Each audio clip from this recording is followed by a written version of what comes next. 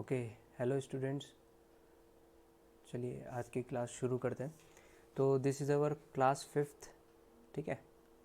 और यहाँ पे आज हम लोग अगेन डिस्कस करेंगे मेंसुरेशन के टॉपिक्स फॉर 2D फिगर्स, ठीक है। तो देखिए अभी तक हमने क्या क्या पढ़ लिया है। हमने स्क्वायर पढ़ लिया है, ठीक। रेक्टेंगल कंप्लीट हो चुका है और आपका कल ही हमारा ट्रायंगल कंप्लीट हुआ है, ठीक है। तो जैसे आपको पता है कि एक क्लास हमारी किसकी होगी, थ्योरी की होगी, और फिर एक क्लास हमारी प्रैक्टिस की होगी जिसमें हम प्रीवियस ईयर क्वेश्चंस को ही प्रैक्टिस कर रहे हैं, ठीक है। अच्छा, तो ये 3 फिगर्स तो हमारे हो चुके हैं मेंसुरेशन 2D में। तो आगे के फिगर्स को डिस्कस करते हैं आज, ठीक है। तो देखिए आज जो हम लोग डिस्कस करेंगे वो हम करने वाले हैं 3 फिगर्स की थ्योरी को एक साथ डिस्कस करेंगे हम, ठीक है। आज की जो वीडियो है वो थ्योरी पर ही है। तो आज हम 3 फिगर्स को डिस्कस करेंगे। फर्स्ट है आपके पास पैरेललोग्राम,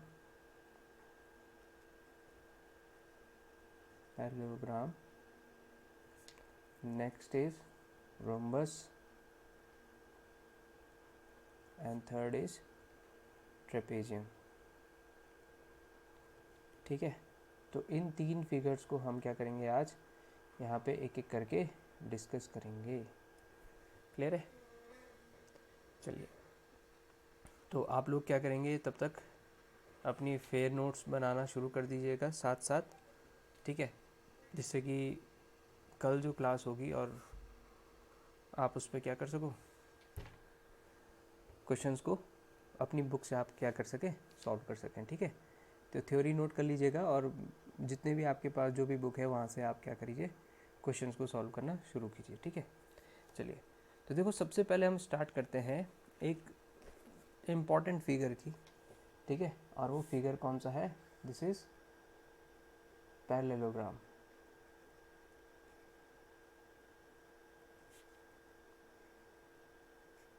ठीक है।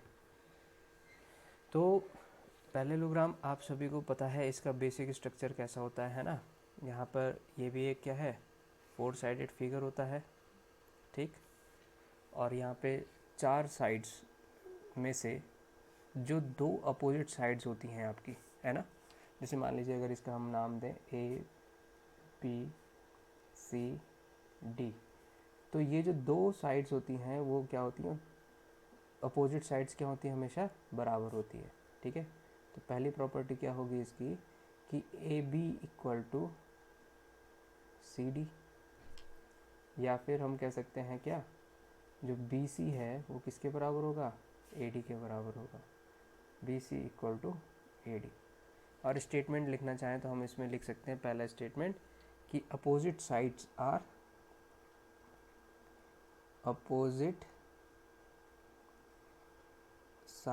आर इक्वल, ठीक है।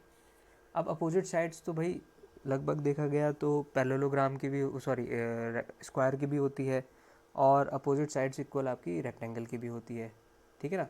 अब यहाँ पे चेंज क्या है, यहाँ पे एक चीज़ है कि ये जो एंगल होता है ना, ये 90 डिग्री नहीं होता है बस, ठीक है। चलिए, तो अभी इसको लिखेंगे थोड़ी देर में। नेक्स्ट एक चीज़ और देखिए कि अपोजिट साइड इक्वल तो होती हैं, साथ साथ अपोजिट साइड्स क्या होती हैं आपकी, पैरेलल भी होती हैं। तो A B is parallel to C D, और हम क्या कह सकते हैं कि B C is also parallel to A D, ठीक है। तो हम इस स्टेटमेंट को क्या लिख सकते हैं कि opposite sides are equal and parallel, ठीक है। तो हमारा फर्स्ट स्टेटमेंट या फर्स्ट प्रॉपर्टी क्या हुई पैरेललोग्राम की, कि इसकी जो अपोजिट साइड्स होती हैं वो क्या होती हैं, इक्वल और पैरेलल होती हैं, ठीक है। नेक्स्ट है, हो सकता है कि अभी हमने कहा कि भाई इसमें और किसी भी रेक्टेंगल में क्या फ़र्क होगा। भाई रेक्टेंगल को देखें तो रेक्टेंगल कुछ इस टाइप का फिगर है ना। इसमें भी अपोजिट साइड इक्वल है और इसमें भी अपोजिट साइड्स क्या है, पैरेलल है। बट यहाँ पे जो एंगल होता है ये कितने का होता है, 90 डिग्री का होता है। बट यहाँ पर अगर मान लीजिए मैं इस एंगल का नाम देता हूँ अल्फ़ा और इस एंगल का नाम देता हूँ मैं बीटा, तो यहाँ पे हम ये कह सकते हैं कि जितने भी एंगल्स होते हैं वो क्या होते हैं, 90 डिग्री नहीं होते हैं। ठीक है, पहली चीज़। सेकंड पॉइंट क्या लिखेंगे हम, एंगल्स आर नॉट 90 डिग्री। ठीक है, राइट एंगल नहीं होते। अगर राइट एंगल होंगे तो वो पैरेललोग्राम, ये इसका एक सिंबल होता है, वो पैरेललोग्राम क्या हो जाएगा, रेक्टेंगल बन जाएगा। अगर अब सारे एंगल क्या होते हैं, 90 डिग्री होते हैं, तो पैरेललोग्राम क्या करेगा, रेक्टेंगल की फॉर्म ले लेगा। ठीक है, नेक्स्ट थिंग, जो एडजेसेंट एंगल्स होते हैं, जैसे मान लीजिए अल्फ़ा और बीटा, इनका सम कितना होता है, इनका सम होता है 180 डिग्री। ठीक है, बहुत ही इंपॉर्टेंट है। क्लियर है। तो हम क्या कह सकते हैं इसको स्टेटमेंट में, हम स्टेटमेंट की फॉर्म में इसको ये लिख सकते हैं कि adjacent angles are supplement, SUPPLEMENT। ठीक है, adjacent angles are supplement to each other. ठीक है, एक दूसरे के क्या होते हैं, ये सप्लीमेंट होते हैं, मतलब इन दोनों का सम क्या होगा, 180 डिग्री होगा। तो अगर मान लीजिए एक एंगल इसका अगर 30 डिग्री है, ठीक है, तो दूसरा एंगल इसका कितना हो जाएगा, तो 180 में से 30 माइनस करेंगे, 150 डिग्री हो जाएगा, इस टाइप से। ठीक है, चलिए नेक्स्ट पॉइंट क्या हो सकता है इसमें। नेक्स्ट पॉइंट ये हो सकता है कि किसी भी पैरेललोग्राम में जो अपोजिट एंगल्स होते हैं वो क्या होते हैं, इक्वल होते हैं। ठीक है, लिख लीजिएगा आप इसको भी कि अपोजिट एंगल्स आर इक्वल। कहने का मतलब, अगर भाई ये ए है, एंगल ए, अगर इसकी जो वैल्यू है मान लीजिए वो क्या है, अल्फ़ा है, तो इसका जो अपोजिट एंगल होगा, जो यहाँ पे क्या है एंगल सी है, तो उसकी वैल्यू भी कितनी हो जाएगी, अल्फ़ा ही हो जाएगी। ठीक है, ये जो बी है, तो बी पर क्या है, बीटा एंगल है, तो ये यहाँ पे एंगल डी जो होगा ये भी क्या हो जाएगा, इसकी वैल्यू भी कितनी हो जाएगी, बीटा हो जाएगी। ठीक है, क्लियर है। तो दैट इज़, अब इसको फॉर्म में क्या लिख सकते हैं कि angle A equal to angle C and angle B equal to angle D. Clear है, चलिए ठीक है। अब देखिए एक चीज़ का ध्यान रखिएगा कि बेसिकली देखा गया कि ये जो तीनों फिगर्स हैं कौन कौन से, पैरेललोग्राम, ठीक है, और आपका रोम्बस, ठीक, ये फिगर बने कैसे, इसको समझते हैं। ठीक है, ट्रेपेजियम तो एक अलग फिगर है, वो तो कुछ इस टाइप का होता है ना, इस टाइप का होता है। ठीक है, बट पहले हम ये देखते हैं कि ये फिगर बन कैसे रहे हैं। देखो भाई, अगर मैं दो इक्विलेटरल ट्राइंगल्स को जोड़ता हूँ तो क्या होगा, डायगोनली जोड़ता हूँ अगर मान लीजिए, तो ये क्या होगा, ये तीनों साइड बराबर होंगी। ठीक है ना, और यहाँ से भी क्या हो जाएगा, ये तीनों साइड बराबर हो जाएंगे। तो बेसिकली एक तरीके से रोम्बस वाला स्ट्रक्चर आ गया ना इसका। ठीक है, अब जरूरी तो नहीं है ना कि इक्विलेटरल में 90 डिग्री का एंगल बनेगा। ठीक है, वहाँ पे क्या बन सकता है, तीनों एंगल 60 डिग्री के बन सकते हैं। तो ये 60 हो सकता है, तो ये कुछ और होगा, क्योंकि ये 60 है, ये 60 है, कितना होगा 120। तो एक तरीके से ये कैसा होगा, थोड़ा सा आप ऐसा लेकर चलिए कि ये थोड़ा सा क्या होगा, टिल्ट फिगर होगा एक तरीके का। ठीक है ना, ठीक है, अभी बनाना इसमें पॉसिबल नहीं हो रहा है। तो एक चीज़ का ध्यान रखना है कि जब हम दो बराबर क्षेत्रफल के ट्राइंगल्स को जोड़ देते हैं तो हमको पैरेललोग्राम और रोम्बस जैसे फिगर्स मिलते हैं। ठीक है, क्लियर है ना। चलिए, तो अब यहाँ पे क्या बोल सकते हैं हम कि भाई यहाँ पे हम एक ये बात भी तो कह सकते हैं कि जो डायगोनल होता है किसी भी पैरेललोग्राम का, ठीक है, जो क्या होता है डायगोनल जो होता है, जैसे मान लीजिए मैं अगर ये एंगल को हटा दूँ यहाँ से, ठीक,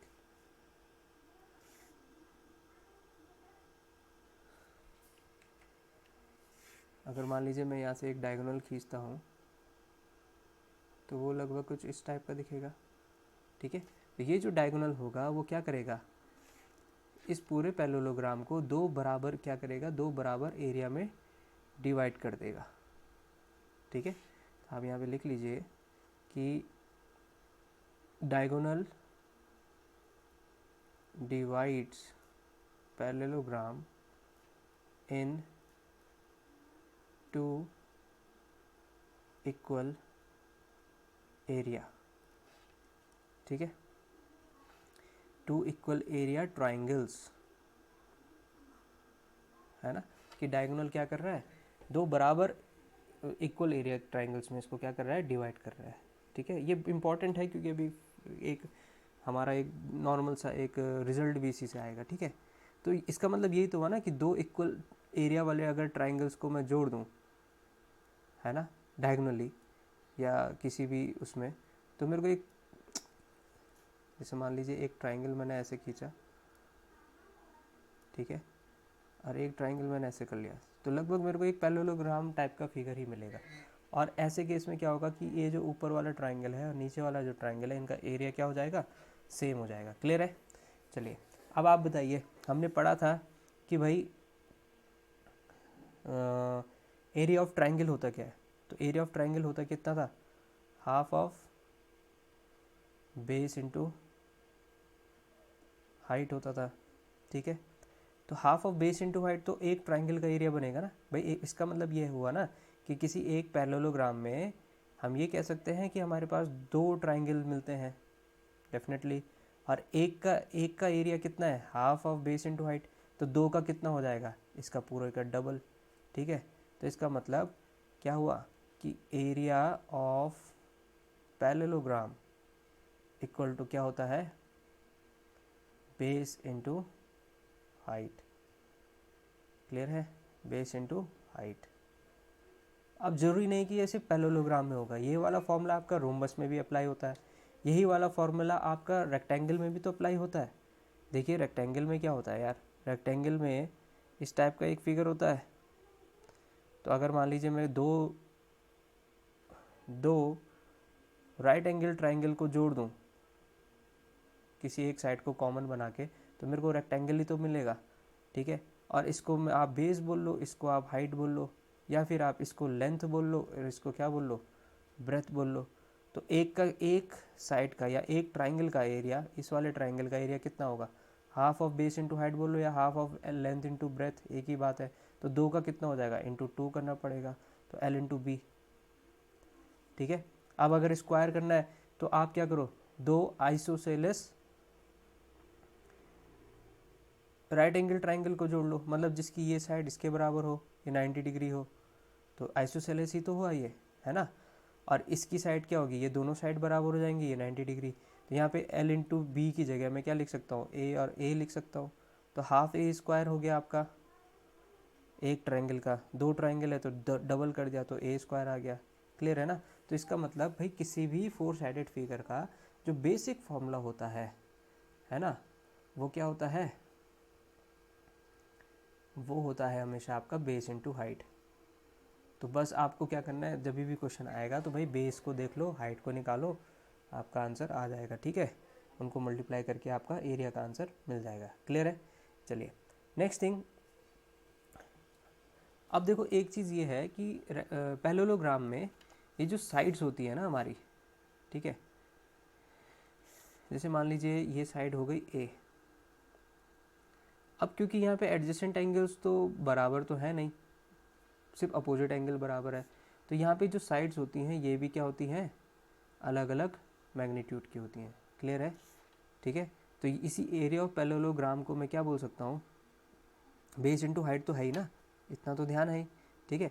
एरिया ऑफ पैरेललोग्राम एक और फॉर्मूला हो सकता है, वो क्या हो सकता है कि area equal to A B sine theta, ठीक है। और थीटा क्या होगा, उन दोनों साइड के बीच का कोण। जैसे यहाँ पे मैंने बीटा ले लिया था, तो ये वाला एंगल क्या हो जाएगा, यहाँ पे थीटा हो जाएगा। आप इसको बीटा बोलो थीटा बोलो, बात एक ही है, ठीक है। क्लियर है ना? तो ए बी साइन थीटा, ये भी क्या है, इसका एक फॉर्मूला है। क्लियर है? चलिए नेक्स्ट थिंग, पेरीमीटर कितना होगा भाई, अगर साइड के टर्म्स में देख रहे हैं, ये वाला किसके टर्म्स में है, साइड के टर्म्स में, जो मैं रेड पेन से लिख रहा हूँ, ठीक है। तो पेरीमीटर क्या होगा,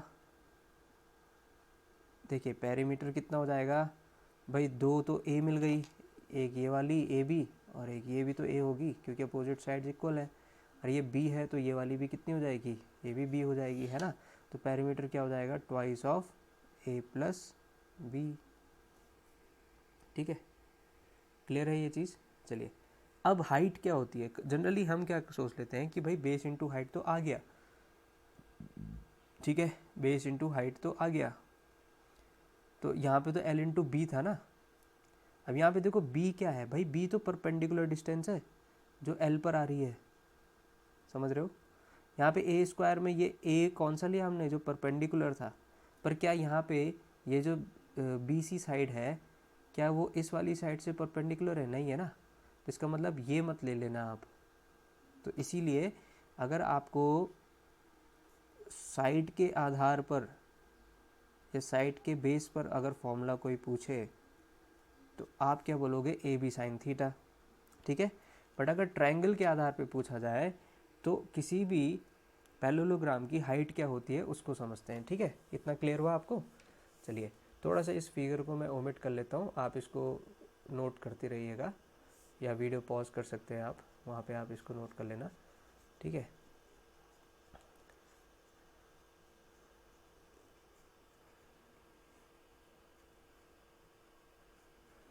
चलिए तो अब थोड़ा सा स्पेस मिल गया है हमको, इतना चीज़ समझ में आई ना आपको, ठीक है।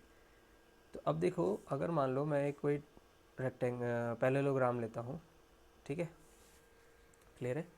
अब हमने एक पैरेललोग्राम लिया, अब आप यहाँ पे देखिए कि अगर ये है ए, ये है बी, ये है सी, ये है डी, ठीक है। अगर मैं इसको आधार मानता हूँ तो ये साइड कितनी थी, ए ही थी, ठीक है, तो ये बेस हो गया। फिर मैंने कहा हाइट तो परपेंडिकुलर होती है, तो यहाँ पे तो साइड के बीच में तो कुछ एंगल है 90 डिग्री के, 90 डिग्री नहीं है, कुछ दूसरा एंगल है। तो हाइट क्या हो जाएगी, अगर हम अपोजिट वर्टेक्स से परपेंडिकुलर जो डिस्टेंस ड्रॉ करते हैं वही क्या कहलाएगी, हाइट, ठीक है। अब चाहे आप यहाँ से डालो या फिर आप परपेंडिकुलर डिस्टेंस यहाँ से डालो, ठीक है। बट ऐसे में क्या करना पड़ेगा, ए बी को आपको क्या करना पड़ेगा, थोड़ा सा एक्सपेंड करना पड़ेगा, क्लियर है। तो ये दोनों के दोनों क्या मान सकते हो आप, हाइट मान सकते हो, ठीक है। तो इसीलिए एरिया क्या हो जाएगा, बेस इंटू हाइट, ठीक है। अगर बेसिक फॉर्मूला लगाना है तो उसका फिगर आपको ऐसे समझना होगा। यहाँ पे हाइट क्या होती है, अपोजिट वर्टेक्स से जो हम परपेंडिकुलर डिस्टेंस ड्रॉ करते हैं किसी भी बेस पर, वही क्या होगी हमारी हाइट।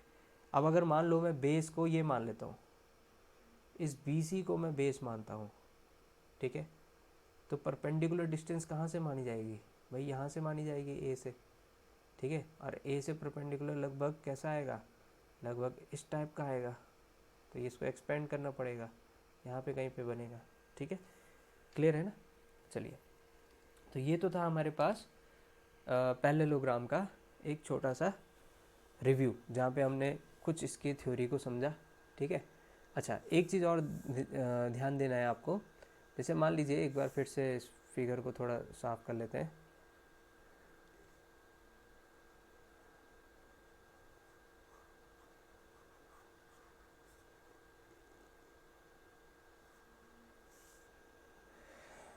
ठीक है।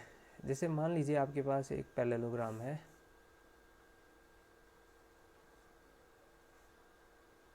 ऐसे रख लेते हैं इसको, ठीक है। अब आपको पता है कि ये ए है, ये बी है, ये सी है और ये डी है, ठीक है। अच्छा डायगोनल्स क्या हो जाएंगे इसके, इतना तो आपको पता है कि भाई जो डायगोनल होता है वो पैरेललोग्राम को दो बराबर एरिया में डिवाइड करता है ना, ये चीज़ हम लिख चुके हैं। सेकंड थिंग क्या होती है कि भाई इसके डायगोनल कितने होंगे, दो होंगे, इस टाइप से, ठीक है। मान लीजिए कि पहला डायगोनल है आपका D1, ठीक है, ये वाला डायगोनल मान लेते हैं D1 और ये वाला डायगोनल मान लेते हैं हम d2, ठीक है। तो यहाँ पे आपको एक रिलेशन को ध्यान में रखना है कि d1 square plus d2 square equal to twice of A square plus B square, ठीक है। ये किसका रिलेशन है? डायगोनल्स और साइड्स का एक रिलेशन है, और ये एज इट इज़ आपका क्वेश्चन में पूछा जाता है, ठीक है। अब ये कैसे निकल रहा है इसको हम डिस्कस कुछ समय के बाद करेंगे, जब हम ज्योमेट्री को भी पढ़ना शुरू करेंगे, ठीक है। वहाँ पे मैं आपको इसका पूरा थ्योरम के साथ इसको समझा दूंगा कि भाई d1 square plus d2 square equal to twice of A square plus B square कैसे हो रहा है, ठीक है। अच्छा, इसी फॉर्मूले को हम ये भी तो बोल सकते हैं कि अगर हम साइड्स का स्क्वायर करते हैं ए स्क्वायर प्लस बी स्क्वायर, तो वो किसके बराबर होगा? वो half of d1 square plus d2 square होगा, है ना। तो इसी फॉर्मूले को आप क्या कर सकते हो, ऐसे भी लिख सकते हो, ठीक है। ये हाफ किस में आ जाएगा? पूरे में आ जाएगा, d1 square plus d2 square, क्योंकि ये 2 इधर चला जाएगा लेफ्ट हैंड साइड। क्लियर है? तो ये तो था हमारा क्या, पैरेललोग्राम, ठीक है। अब हम चलते हैं अपने नेक्स्ट फिगर की तरफ, ठीक है। तो आई होप आपने ये लिख लिया होगा। चलिए नेक्स्ट फिगर की तरफ चलते हैं। नेक्स्ट आएगा हमारा रोम्बस।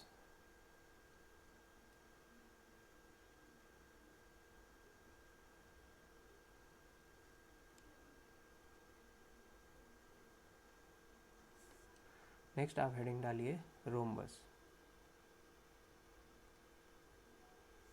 ठीक। अब बेसिकली देखा जाए तो रोम्बस एक ऐसा फिगर हुआ, ठीक है, जहाँ पे चारों साइड्स तो इक्वल हैं, है ना, चारों साइड्स इक्वल हैं लगभग इस टाइप का, ठीक। बट वो क्या है, स्क्वायर की तरह स्ट्रेट नहीं है। तो अगर वो स्क्वायर की तरह स्ट्रेट नहीं है तो दैट मीन्स यहाँ पे जो एंगल्स हैं वो क्या होंगे, 90 डिग्री नहीं होंगे, पहली चीज़, ठीक है। तो अगर मान लीजिए ये ए है, ये बी है, ये सी है और ये डी है, तो अगर इफ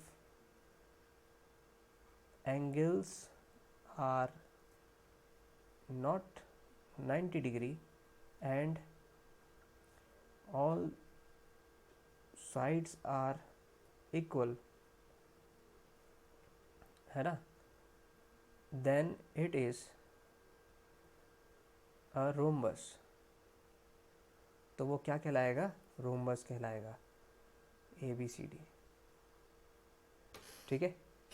तो इसका मतलब अब इसकी फटाफट आप इसकी कुछ थ्योरीज को लिख लो। भाई पहली चीज़ तो ये आ गई कि भाई ऑल साइड्स आर इक्वल, है ना, ऑल साइड्स आर इक्वल, ठीक है।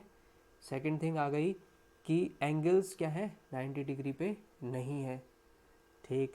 थर्ड चीज़ क्या आएगी, थर्ड आ जाएगी कि all opposite sides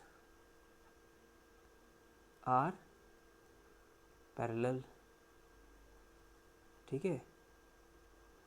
opposite sides क्या होंगी यहाँ पे, पैरेलल होंगी, ठीक।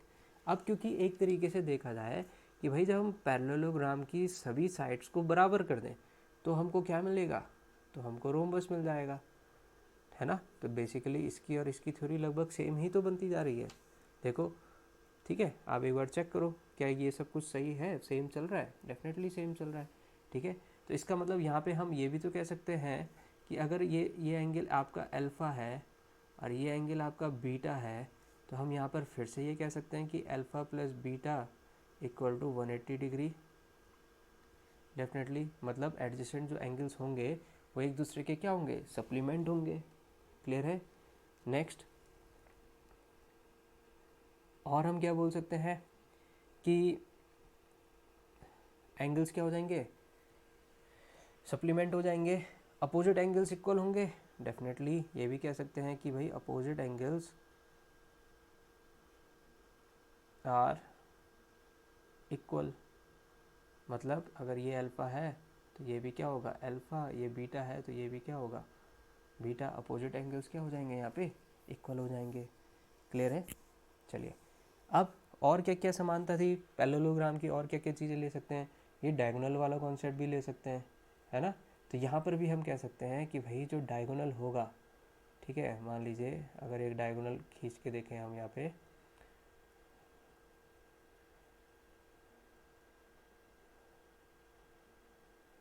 तो मान लीजिए अगर ये एक डायगोनल है, ठीक, और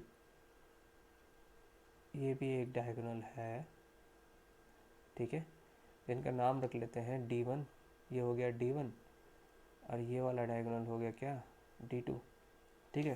तो हम ये बोल सकते हैं कि क्या, कि जो डायगोनल्स हैं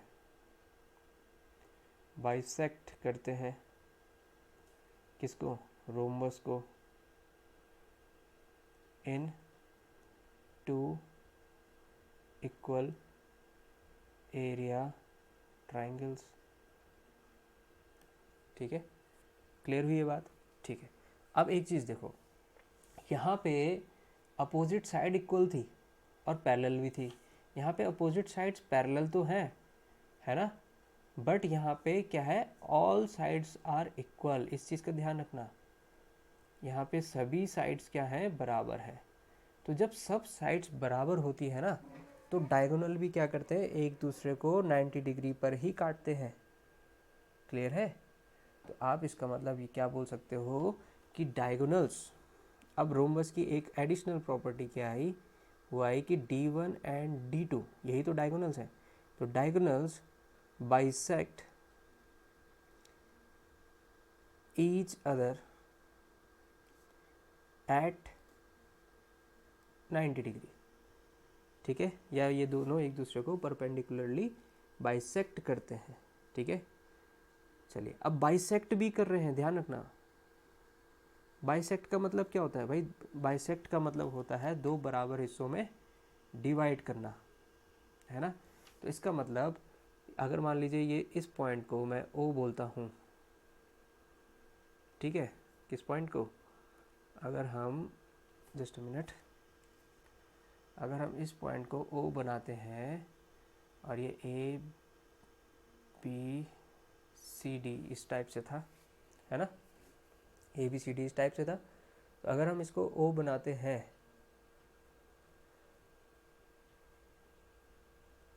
तो ऐसे केस में क्या होगा, AO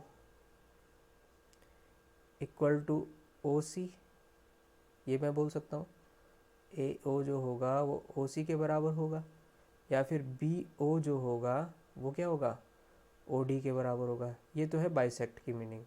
और 90 डिग्री पर काटते हैं तो इसका मतलब क्या कह सकते हैं कि जो AO है वो परपेंडिकुलर होगा किसके, BD के। आप फिगर भी देखते जाना है, ये वाला फिगर, इस वाले फिगर को देखते रहिएगा कि AO जो होगा वो BD के परपेंडिकुलर होगा, या फिर हम कह सकते हैं कि जो CO होगा वो भी BD के परपेंडिकुलर होगा, एक केस तो ये कह सकते हैं। या फिर ऐसे भी तो बोल सकते हो कि भाई जो BO होगा, BO या फिर कौन सा BO या फिर OD, है ना, ये दोनों परपेंडिकुलर होंगे किस पे, AC पे, कुछ भी बोल सकते हो आप, ठीक है। अच्छा, अब देखो भाई, डायगोनल्स इक्वल भी होंगे क्या, ये भी हम बोल सकते हैं कि क्या इसमें डायगोनल्स इक्वल होंगे, बताइए तो, क्या किसी भी रोम्बस के डायगोनल्स इक्वल भी होंगे, तो ये आपको एक बार प्रूव करके देखना है, ठीक है, ठीक है। चलिए एक, ठीक है, नेक्स्ट उस पर आते हैं। तो क्योंकि अगर ये 90 डिग्री पर काट रहे हैं तो ये एंगल क्या होगा, ये एंगल भी 90 डिग्री का होगा, ठीक है। तो हम ये कह सकते हैं नेक्स्ट थिंग कि triangle AOB is a right angled triangle, definitely बोल सकते हैं, ठीक है। और राइट एंगल ट्राइंगल है, तो अगर मैं ट्राइंगल AOB की बात करूं तो ये वाली साइड क्या कहलाएगी, ट्राइंगल के लिए, ट्राइंगल के लिए AB क्या कहलाएगा, हाइपोटेनियस कहलाएगा, है ना, किसके लिए, ट्राइंगल के लिए। और अगर रोम्बस के लिए लूँ तो रोम्बस के लिए मैं AB को बेस भी तो ले सकता हूँ, अगर मैं रोम्बस की बात करूँ तो AB को मैं क्या मान सकता हूँ, बेस भी मान सकता हूँ। यहीं से हमारा क्या बन जाता है, एक फॉर्मूला बन जाता है जो कि एरिया और एरिया पर आएगा, क्लियर है ना।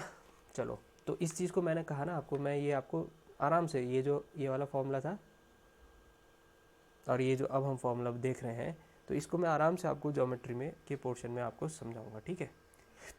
चलिए अब आगे बढ़ते हैं इसी में। तो इतना तो पता चल गया आपको कि भाई ये बेस हाइपोटेनियस वाले को बाद में डिस्कस करेंगे, ठीक है।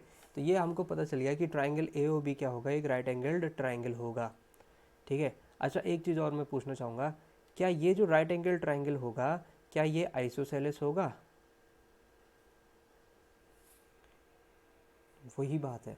तो इस चीज़ को हम तब प्रूफ कर पाएंगे जब हम क्या प्रूफ कर सकें कि भाई ये वाली जो साइड होगी वो इसके बराबर होगी, मतलब d1 इक्वल टू d2 अगर हम प्रूफ कर दें तभी तो हम ये बोल सकते हैं। और ऐसे ही क्वेश्चन आपके पास आएंगे सीजीएल के लेवल में, ठीक है, क्लियर है। तो इस चीज़ को हम कब करेंगे, ज्योमेट्री में डिस्कस करेंगे। चलिए आगे बढ़ते हैं। तो अब हम इसके कुछ फॉर्मूला देख लेते हैं, रोम्बस के कुछ फॉर्मूले देख लेते हैं। देखो भाई, एरिया एक बेसिक फार्मूला तो वही होगा जो हमने पढ़ाई है, एरिया हमेशा होगा बेस इनटू हाइट। और ध्यान रखिएगा हाइट यहाँ पे परपेंडिकुलर लाइन होगी जो बेस पर आएगी, ठीक है, क्लियर है। चलिए तो बना भी लेते हैं इस फिगर को ताकि इस बार हम साथ साथ ही समझ सकें, ठीक है। मान लो आपके पास फिगर ये है, ठीक है, क्या है ये, रोम्बस होगा ना, क्योंकि भाई सारी साइड्स क्या हैं इसकी, बराबर ही तो जा रही हैं। तो ये फिगर है ए बी सी और डी, ठीक।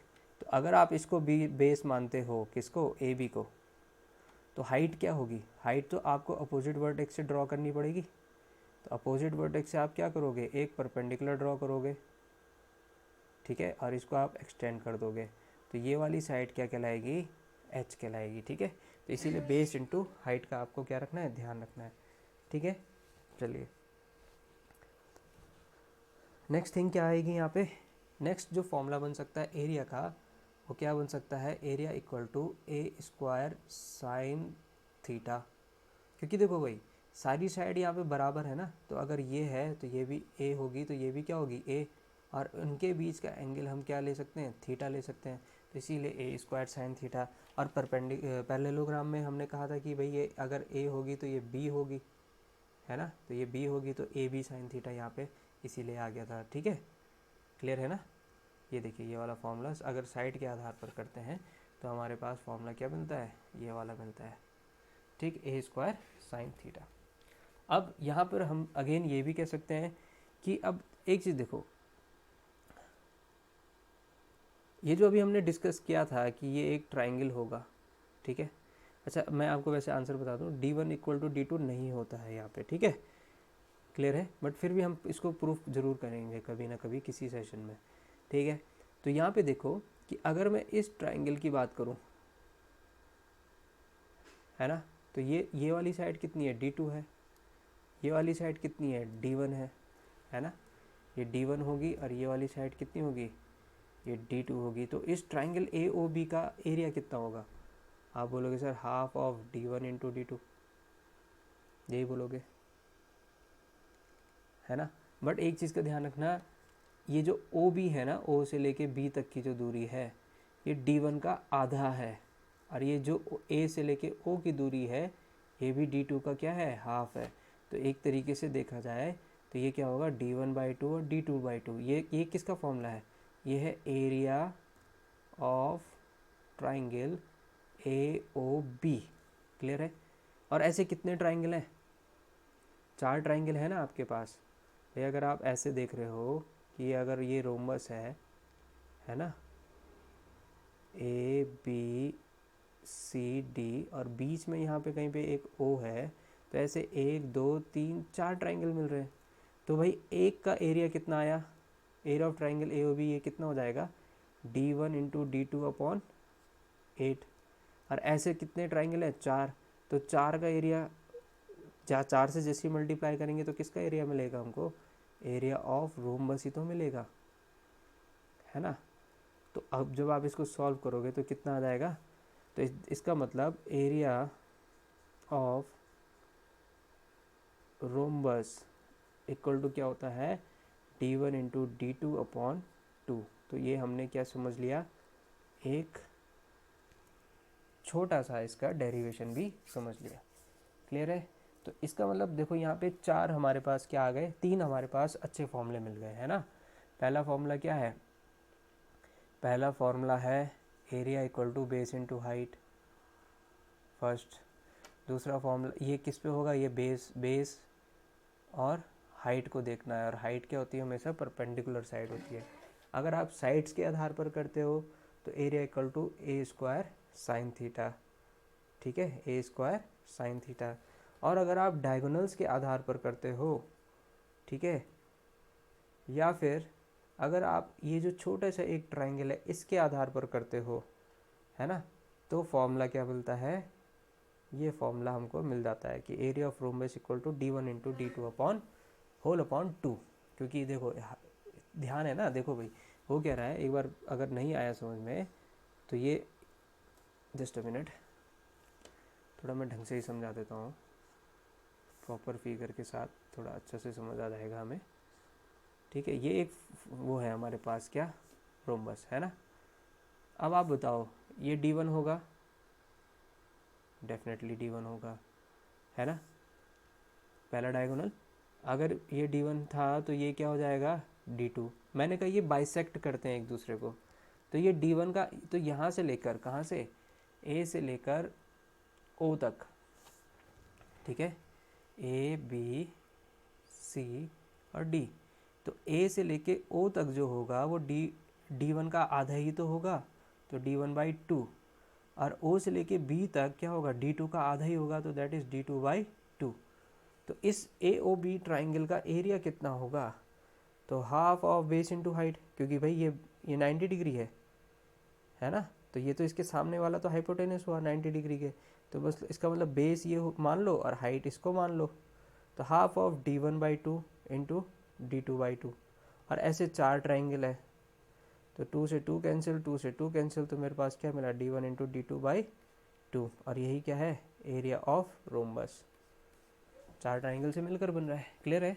तो इस चीज़, ये जो अभी हमने डिस्कस किया ना, ये क्वेश्चंस जब अच्छे लेवल के क्वेश्चंस आएंगे तो वहाँ पर हम इसको आसानी से क्या कर सकते हैं, सॉल्व कर सकते हैं, ठीक है। आई होप आपको ये समझ में आया होगा, ठीक। चलिए, तो थोड़ा सा आप फेसबुक में कमेंट बॉक्स को भी यूज़ करो, ठीक है, उसमें सॉरी यूट्यूब में कमेंट बॉक्स को भी आप यूज़ कीजिए, जिससे कि थोड़ा मेरे को भी, वैसे तो आप लोग के फीडबैक व्हाट्सएप पे आ ही रहे हैं, बट फिर भी थोड़ा अगर लाइव में पता चल जाए कि कैसी क्लासेस लग रही है या क्या प्रॉब्लम आ रही है, तो उसको हम रेक्टिफाई कर सकते हैं, ठीक है। चलिए, तो अब हम शुरू करते हैं, चलिए, तो अब हम शुरू करेंगे ट्रेपेजियम को, ठीक है। तो बेसिकली ट्रेपेजियम के कैसा फिगर है उसको समझते हैं, जो हमारा थर्ड है, ठीक है, क्लियर है। तो थर्ड फिगर है उसको समझते हैं, ट्रेपेजियम। तो देखिए भाई, किसी भी, अगर मैं किसी भी क्वाड्रिलेटरल को, क्वाड्रिलेटरल मतलब भाई 4 साइडेड फिगर, है ना, वो किसी भी 4 साइडेड फिगर को अगर मैं क्या करूँ, कुछ इस तरीके से ड्रॉ करूँ जिससे कि any two opposite sides are parallel, ठीक है, तो वो क्या कहलाएगा, हमारा ट्रेपेजियम कहलाएगा, ठीक है। देखिए मैं बनाने की कोशिश करते हैं, जैसे मान लीजिए ये एक साइड है, ठीक है, क्लियर है। फिर मैंने कहा कि भाई कोई भी 2 साइड क्या होनी चाहिए, पैरेलल होनी चाहिए। अगर मैं यहीं तक करता हूँ और ये कॉर्नर्स भी जोड़ लेता हूँ दोनों साइड के, तो क्या बनेगा, पैरेललोग्राम बनेगा, है ना। बट अगर थोड़ा सा इसको आगे पीछे कर लूँ तो अब ये क्या बन जाएगा, इनको जोड़ने पर ये बन जाएगा एक ट्रेपेजियम, ठीक है।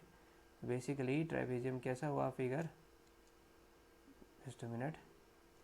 ट्रेपेजियम में ज़रूरी क्या है कि आपकी कोई भी 2 साइड क्या होनी चाहिए, पैरेलल होनी चाहिए। तो इस टाइप का फिगर क्या होगा, हमारा ट्रेपेजियम कहलाएगा, ठीक है। सेकंड थिंग और कैसे कर सकते थे, अब खुद सोचना है आपको, क्या करना है, 4 साइडेड फिगर बनाने की सोचना है। जैसे मान लो ये पहली लाइन हुई, ठीक है। अब अगर दूसरी लाइन में इसी के ही ये जो दूरी होगी थोड़ा सा दूर पे करूँ, बट जितनी लाइन की डिस्टेंस है उतने ही दूर पे करूँ, तो ये ऐसे में तो ये रोम्बस बन जाएगा। ठीक है, चलिए अगर मैं इसकी दूरी कुछ इस तरीके से करूँ तो क्या ये ट्रेपेजियम कहलाएगा? डेफिनेटली ये भी अभी क्या कहलाएगा? ट्रेपेजियम कहलाएगा।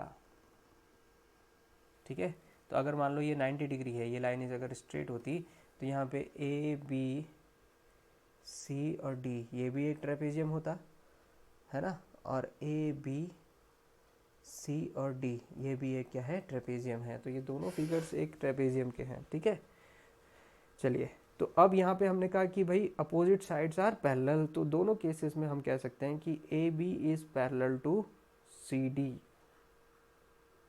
क्लियर है? A b is parallel to C d. अब इसके क्या आते हैं? बहुत सारे इसके क्या आते हैं? फॉर्मूले आते हैं। ठीक है, तो उनको थोड़ा सा समझने की कोशिश करते हैं। पहले हम फिगर को ढंग से ड्रॉ कर लेते हैं।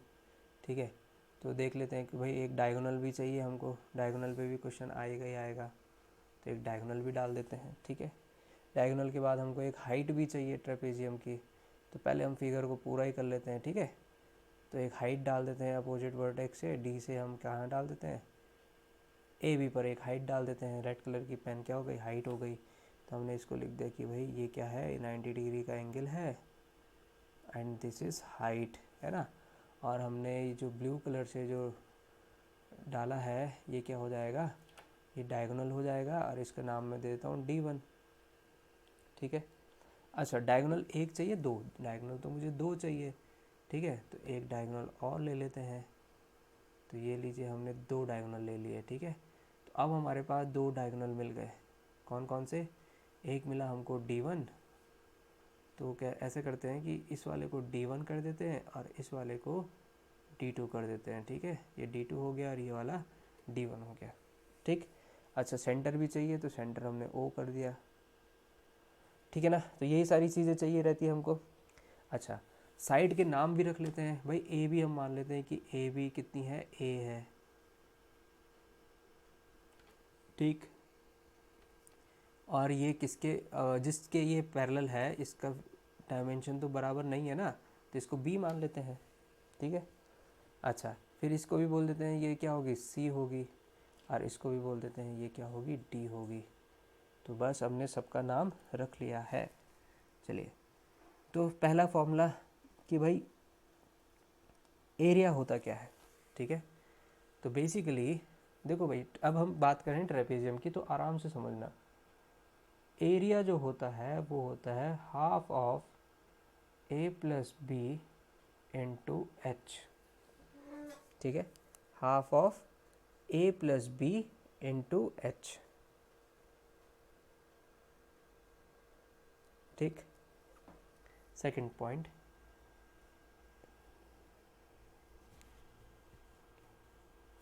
यहाँ पे ये जो a प्लस बी का हाफ है इसको हम कैसे समझ सकते हैं? भाई ये जो a प्लस बी का हाफ है ना, इसको आप ऐसे समझो कि ये वो हमारा ट्रेपेजियम था जो हमने ये ऊपर ड्रॉ किया है ना। कुछ इस टाइप से इसको ढंग से बनाते हैं, फिर इसको समझते हैं। ऐसा वाला फिगर ही तो हमने ड्रॉ किया है ना। कुछ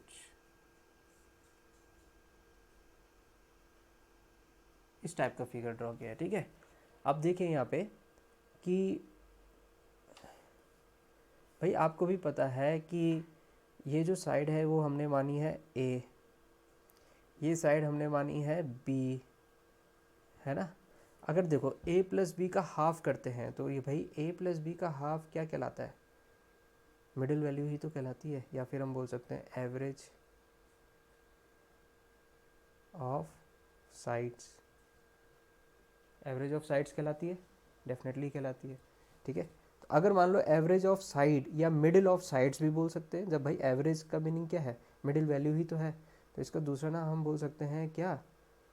मिडिल ऑफ साइड्स भी कह सकते हैं डेफिनेटली। मान लो मैं इसको P नाम दे देता हूँ। ठीक है, कि मिडिल ऑफ साइड क्या होगा? P होगा। तो देखो भाई A और B के जो ठीक बीच की जो दूरी होगी वो कौन सी होगी? अगर हम फिगर से समझें इसको कि ए और बी के ठीक बीच की दूरी कौन सी होगी, तो डेफिनेटली वो हमको मिल रही है लगभग यहाँ से। तो ये ब्लैक लाइन क्या है? This is P. P P बोलो, देखो पी से आप परपेंडिकुलर भी सोच लोगे, कुछ और बोल लो, मान लेते हैं हम इसको पी की जगह आर बोल देते हैं, ठीक है, नाम में क्या रखा है? आर। क्लियर हुआ? तो अगर मैं आर को, इस लाइन की वैल्यू को किससे मल्टीप्लाई कर दूं? एच से। एच कौन सा है? जो परपेंडिकुलर ड्रॉ हो ही रहा है, ठीक है, दिस इज एच, है ना। तो अगर मैं इसको एच से क्या कर दूं? मल्टीप्लाई कर दूं, यही तो था एच, है ना, एच, ये वाली लाइन है। तो इसका मतलब एरिया इक्वल टू क्या हो जाएगा? एरिया इक्वल टू एच, जो हाइट थी ये वाली, इनटू आर, है ना। और जहाँ पे आर क्या है? It is the middle of the sides. तो कई बार क्वेश्चन में आपको मिडिल ऑफ द साइड की वैल्यू भी दे दी जाती है, इसकी जगह half of A plus B की जगह, ठीक है। ए और बी नहीं देगा, वो बोल देगा यहाँ तक की एक वैल्यू है। तो आपके लिए बहुत इंपॉर्टेंट है ये वाला फॉर्मूला, और मेंस के क्वेश्चन फॉर्म हो सकते हैं यहाँ पे बहुत ही अच्छे। This is very important concept of trapezium, ध्यान रखिएगा, ठीक है। चलिए, तो इतना आपको समझ आया? ठीक। नेक्स्ट, अगर डायगोनल्स के टर्म्स में समझे तो जैसे भैया मैंने आपको पहले ही बताया है कि डायगोनल के जो डेरिवेशंस होंगे वो हम ज्योमेट्री के समय करेंगे, ठीक है। तो बट फिर भी अगर डायगोनल के टर्म्स में रिलेशन देखें, डायगोनल और साइड का, किसका? डायगोनल और साइड का कोई रिलेशन देखें, तो वो क्या हो जाएगा? d1 square plus d2 square equal to C square plus D square plus twice of A into B. ये एक इम्पॉर्टेंट रिलेशन है जहाँ से हम क्या कर सकते हैं? डायगोनल और साइड को निकाल सकते हैं। क्लियर है? चलिए, अब एक चीज़ का ध्यान रखना भाई, यहाँ पे जो फाइनल चीज़ है, डायगोनल d1 और d2 ने, है ना, जो डायगोनल d1 और d2 है, इसने इस ट्रेपेजियम को डिवाइड किया है, और ओ यहाँ पे ये ओ है। तो ये वाला जो एरिया है, कौन सा एरिया? जो मैं ग्रीन रीजन से शेड कर रहा हूँ इस ट्राइंगल का, दैट इज़ AOB। ये जो ट्राइंगल का एरिया होगा, है ना, this area would be equal to, this area would be equal to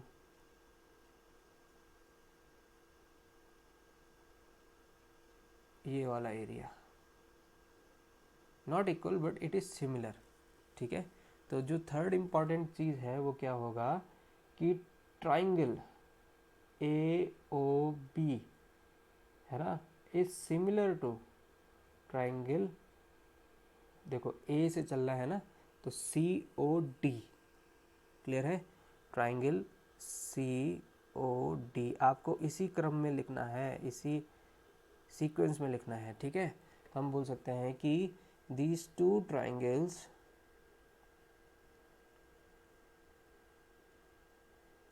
are similar, ठीक है। तो हम ये भी इस पर कह सकते हैं।